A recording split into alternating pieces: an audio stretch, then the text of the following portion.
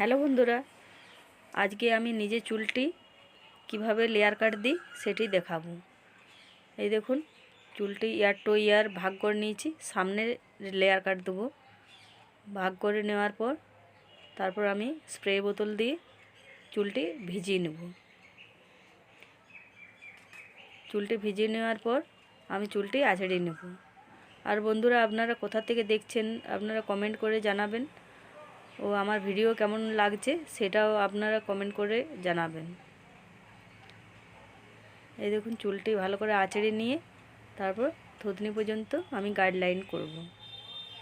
অনেকে নাক পর্যন্ত করে, কিন্তু আমি নাক পর্যন্ত করব না, কেননা নাক পর্যন্ত করলে পরে কাজ করতে বহুত অসুবিধা হয়, মুখে চোখে চুল পড়ে যায়।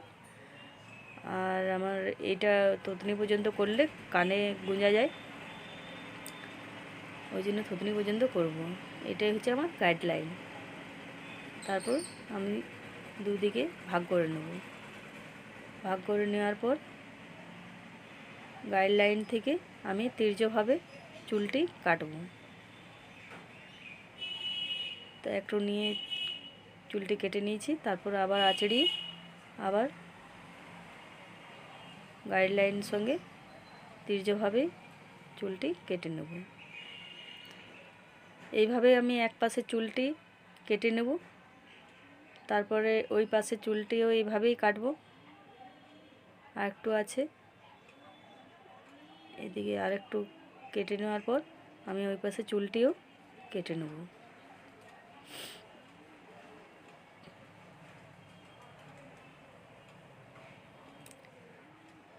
এই দেখুন বন্ধুরা, আমার এদিক এক পাশে চুল কাটা হয়ে গেছে,